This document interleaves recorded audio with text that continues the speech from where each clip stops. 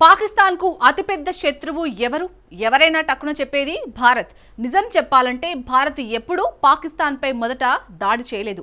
పాకిస్తాన్ దాడిని ప్రారంభించిన తర్వాతే దాన్ని కొనసాగించింది, యుద్ధాలను చేసింది. అయినా సరే భారత్నే ప్రధాన శత్రువుగా పాకిస్తాన్ భావిస్తుంది. కానీ పాకిస్తాన్ అసలు శత్రువు మాత్రం భారత్ కాదు. తాజాగా పాకిస్తాన్ రక్షణ మంత్రి కీలక వ్యాఖ్యలు చేశాడు. అక్బాన్ భారత్తో 2 యుద్ధాలకు పాకిస్తాన్ సిద్ధమైందని ఖవాజా ఆసిఫ్ చెప్పాడు. కానీ పాక్ యుద్ధానికి సిద్ధమైనది ఆ 2 దేశాలతో కాదు. పాక్కు అసలైన శత్రువులు వేరే ఉన్నారు. ఇప్పుడు ఆ శత్రువులతోనే పాకిస్తాన్ పోరాడుతోంది. ఇంతకీ పాకిస్తాన్కు అసలైన శత్రువులు ఎవరు? నిజంగానే యుద్ధం వస్తే అల్లా పాకిస్తాన్కు సాయం చేస్తున్నాడా? Let's watch.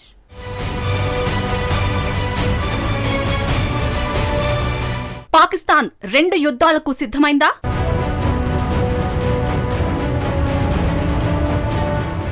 యుద్ధం వస్తే అల్లా అండగా నిలుస్తాడా?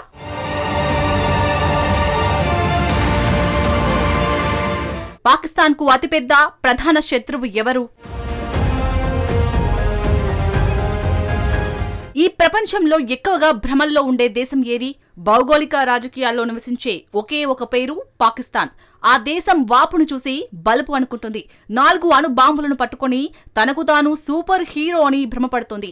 ఆ భ్రమల్లోనే యుద్ధాలను చేస్తున్నట్టు, విజయాలను సాధిస్తున్నట్టు ఆ దేశం భావిస్తుంది.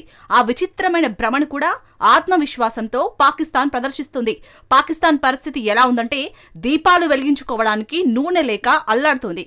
కానీ పాకిస్తాన్ 2 వైపులా యుద్ధాలను చేయడానికి సిద్ధమని మేఘపోతు గాంభీర్యాన్ని ప్రదర్శిస్తుంది. ఈ ఊహాజనితమైన పాకిస్తాన్ కథలో హీరో ఎవరు?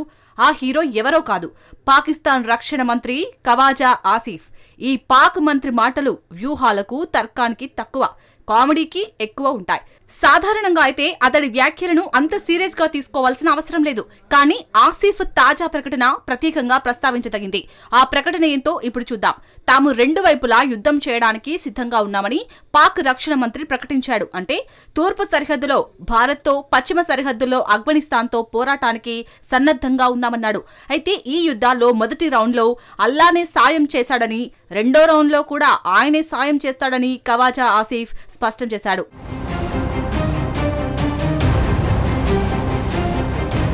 ఖవాజా ఆసిఫ్ తాజా వ్యాఖ్యల ప్రకారం 2 యుద్ధాలకు పాకిస్తాన్ రెడీగా ఉంది.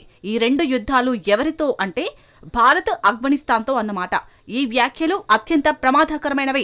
అందుకే సరదాగా నవ్వుకోవడానికి వీల్లేకుండా పోయింది. ఈ వ్యాఖ్యలతో పాక్ రక్షణ మంత్రి ఆగిపోలేదు. మొదటి రౌండ్ యుద్ధంలో అల్లా తమకు హెల్ప్ చేశాడని ఆసిఫ్ చెబుతున్నాడు.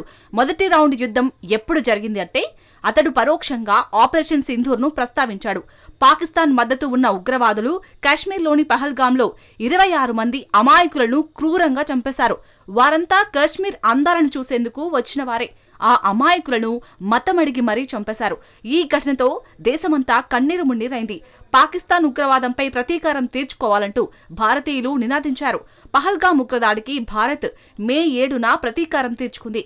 ఆపరేషన్ సింధూర్ పేరుతో పాకిస్తాన్లోని ఉగ్ర శిబిరాలపై భారత్ దాడి చేసింది. కానీ పాకిస్తాన్ అదే రోజు రాత్రి నుంచి భారత్పై ఎదురుదాడులకు దిగింది.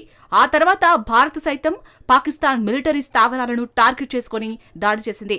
చివరికి పాకిస్తాన్ కాల్పులను విరమించాలంటూ భారత్ ఎదుట మోకరిల్లింది. మిత్రదేశాలను రంగంలోకి దించి వేడుకుంది. ఒకవేళ ఈ మొదటి రౌండ్లో విజయం సాధించామని ఖవాజా ఆసిఫ్ భావిస్తే అతడికి మనం అభినందనలు తెలపాల్సిందే.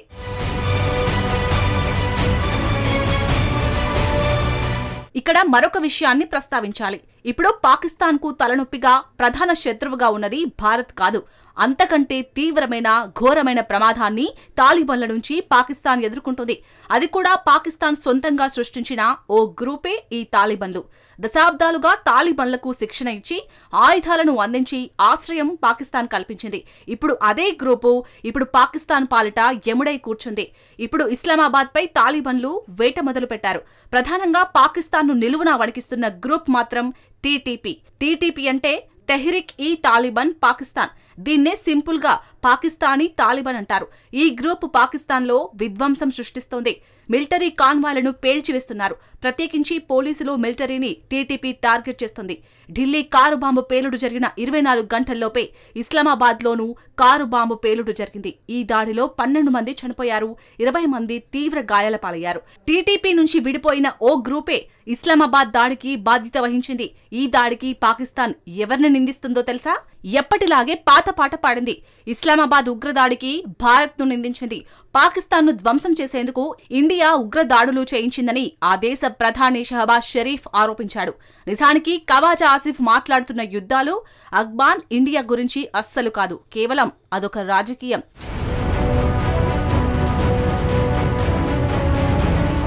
ఇంకా సింపుల్ గా చెప్పాలంటే పాకిస్తాన్ రక్షణ మంత్రి చేసిన వ్యాఖ్యలు కేవలం దృష్టి మళ్లించే రాజకీయాలు మాత్రమే.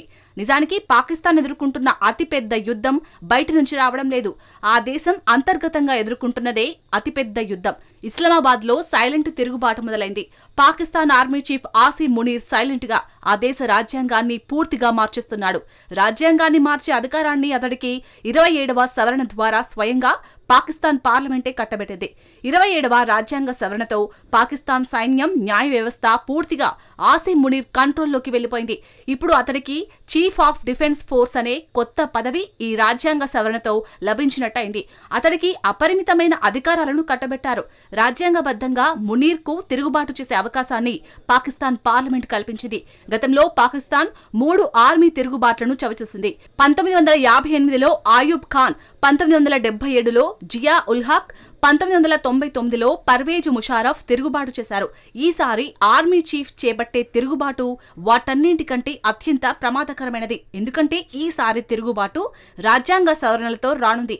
పాకిస్తాన్ 2 యుద్ధాలను ఎదుర్కొనేందుకు సిద్ధంగా ఉందని రక్షణ మంత్రి ఖవాజా ఆసిఫ్ చెప్పడం ఓకే, కానీ అసలు ఏ 2 యుద్ధాలను పాకిస్తాన్ ఎదుర్కొనబోతుంది?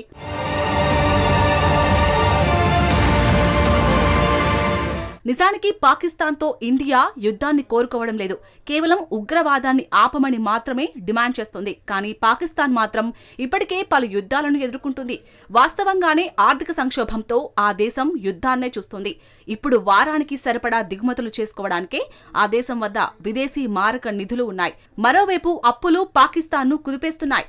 రుణాలను తీర్చాలంటూ పాకిస్తాన్పై డ్రాగన్ కంట్రీ ఒత్తిడి చేస్తుంది. మరోవైపు పాకిస్తాన్ రాజకీయ యుద్ధాన్ని ఎదుర్కొంటోంది. ఎన్నికలు ముందే సిద్ధం చేసిన స్క్రిప్ట్ ప్రకారం నడుస్తాయి. ప్రతిపక్ష నాయకులు జైల్లో ఉన్నారు. సింపుల్ గా చెప్పాలంటే పాకిస్తాన్ సివిల్ మిలిటరీ యుద్ధంలో పోరాడుతుంది. పాకిస్తాన్లో జనరళ్లు రాజ్యమేల్తారు.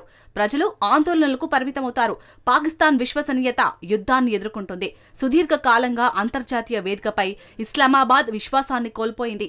2 యుద్ధాల గురించి మాట్లాడుతున్న పాకిస్తాన్ మొదట తనతో తనే పోరాడి విజయం సాధించాల్సి ఉంటుంది. ఎందుకంటే ఇప్పుడు పాకిస్తాన్ కు అతిపెద్ద శత్రువు భారత్ కాదు, ఆ దేశానికి అతిపెద్ద శత్రువు సొంత భ్రమణే. ఈ భ్రమణతో ఎన్నిసార్లు పాకిస్తాన్ యుద్ధం చేసి విజయం సాధించామన్నది మ్యాటర్ కాదు. వాస్తవం ఈ విజయాల్లో అస్సలు లేదు. ఆపరేషన్ సింధూర్లోనే ఓటమిని మూటగట్టుకున్న పాకిస్తాన్ను అల్లా ఎలా కాపాడాడో ఎవ్వరికీ తెలియదు.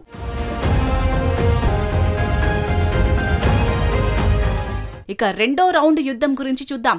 ఇప్పుడు 2వ రౌండ్ యుద్ధం అంటే కూడా పాకిస్తాన్ తనకు తాను పోరాడడమే. సో ఈ రౌండ్లోనైనా నిజంగా పాకిస్తాన్కు అల్లా హెల్ప్ చేస్తాడని ఆశిద్దాం.